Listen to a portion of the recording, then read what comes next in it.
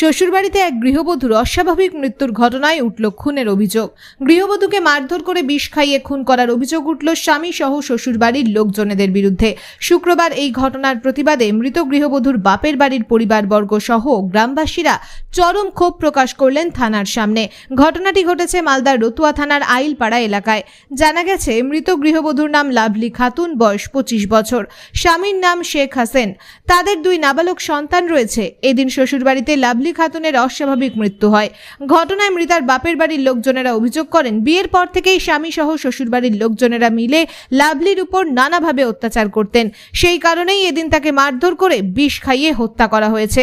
এই অভিযোগ পেয়ে রতুয়া থানার পুলিশ মৃতার স্বামীকে আটক করে ঘটনার তদন্ত শুরু করে বলে জানা গেছে। কি কারণে এসেছেন? এই কারণে এসে যে এই যে মেয়েটাকে মেরে ফেলেছে। তো গ্রামবাসী এসেছেন সব? সব গ্রামবাসী মিলে এসেছি। কি চাইছেন আপনারা? এর আগে গোপালপুরে মার্ডার হয়েছে, আমাদের থানা থেকে এখন থেকে কোনো প্রশাসন কিছু করছে না। কেন এখন 2 মাস থেকে উপর হয়ে গেল, এখন পর্যন্ত এখান থেকে প্রশাসন এখান থেকে চার্জশিট পাঠায়নি। কি কারণে পাঠায়নি আমরা এটাই চাই। থানা কি চাইছে? বিয়ে দিব,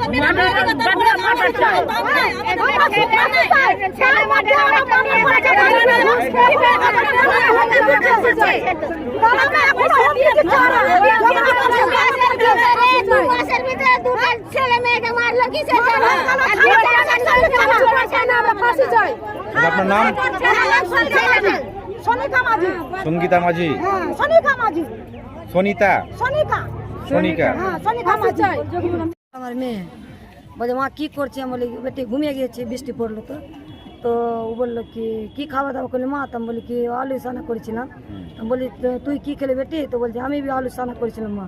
তুমি কি খাওয়া দাওয়া করলি বেটি? তো বলি ভারী লাগলো তো আমি বলছি কিছু হয়েছে রে বেটি? তো বলছে কি না আগে মা। তো আর কিছু বলছে না ফোনে, ফের ফোনে কথা বলছে আর ফের চুপে চুপে কথা বলছে। আমি বলছি কিছু হয় তো বল, আমি যাবো। বলছে না আগে মা কিছু হয়নি। আগে আমার মেয়ে বলেছিল কি একবার ঝগড়া হয়েছিল কি না, ওই গিয়েছিল মালদাতে গিয়ে হয়েছিল, এই 10-15 দিন হলো। বাচ্চা কি কারণে ঝগড়া হয়েছিল? ওই বাচ্চাকে একটু, বাচ্চা দূরে ছোট ছোট আছে কিনা সন্তান আছে, তো একটু থাপ্পড় দিয়ে মেরে দিল বাচ্চাকে। কার সঙ্গে ঝগড়া হয়েছিল? কার সঙ্গে না, বাড়িতে ওর দিওরটা যে আমার মেয়ের লাঠি নিয়ে মেরে চলে গেল। কেন মারবি বাচ্চাকে তুই? বলছে সন্তান আছে তো কি করবো, একটু মারলাম। কেন মারবি তুই, কেন মারবি?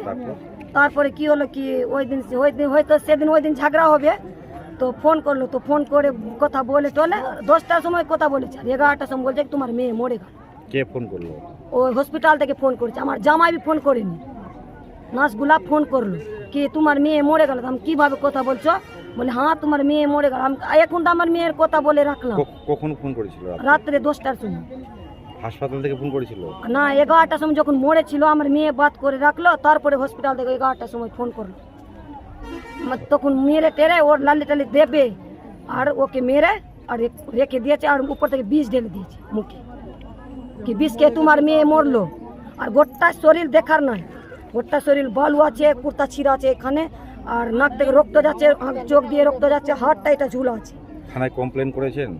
থানা কমপ্লেন বললাম তো বলছে কি করতে হবে, হবে পোস্টমার্টার হবে তারপরে কিছু হবে। আমি বলছি পোস্টমার্টার হবে তারপরে কিছু হবে, তখন পোস্টমার্টার হয়ে যাতে কিছু হবে না। জামাইকে পুলিশ অ্যারেস্ট করেছে? হ্যাঁ, রাত্রে জামাইকে যখন সবাই আমাদের গেলাম, ওইখানে পুলিশ চলে গিয়েছিল, আমাদের গেলাম, তারপরে জামাইকে ধরে নিয়ে এসেছি। কি নাম জামাইয়ের? শেখ হাসিন। মেয়ের বিয়ে কোথা দিয়েছিলেন? আলপাড়াতে। আপনার বাড়ি? আমার বাড়ি চৌধুরী মোড়। আপনার মেয়ের নাম কি ছিল? লাভলি খাতুন। 18 বছরে বিয়ে দিয়েছিল। 18 বছরে। কত বছর হলো বিয়ে হওয়া? 25 বছর হয়ে গেল। না বিয়ে হওয়া কত বছর? বিয়ে হওয়ার 5 বছর। বাচ্চা কাচ্চা? 2টা হয়েছে। 2টো। আপনার নাম? আমার নাম সাপিনা বিবি। এখন চাইছেন কি? আমি ফাঁসি চাই। আমার মেয়ে মরে তো আমি ওকে মরতে চাই। আমি ফাঁসি ছাড়া কিচ্ছু চাই না। আমার পুরা বাড়ির লোককে আমি ফাঁসি চাই, ফাঁসি শাস্তি চাই। আমার মেয়ে যখন থাকলো না আমি ওকে রাখতে দিব না। বারবার ধামকি দেখাচ্ছে মেয়েকে তোমার ছেড়ে বিয়ে করব, বারবার আমার বিহানটাই বলছে, সবাই বাড়িতে বলছে ছেড়তে পারছে না শালা। ও কি আছে 1 লাখ টাকা দিয়ে বিয়ে ছেড়ে দেয়। আমি 5 লাখ টাকা মেয়েকে বিয়ে দিয়েছি খরচা করে, আর বাড়ি ফের তুলে দিলাম, এবার ফের বাড়ি উঠছে।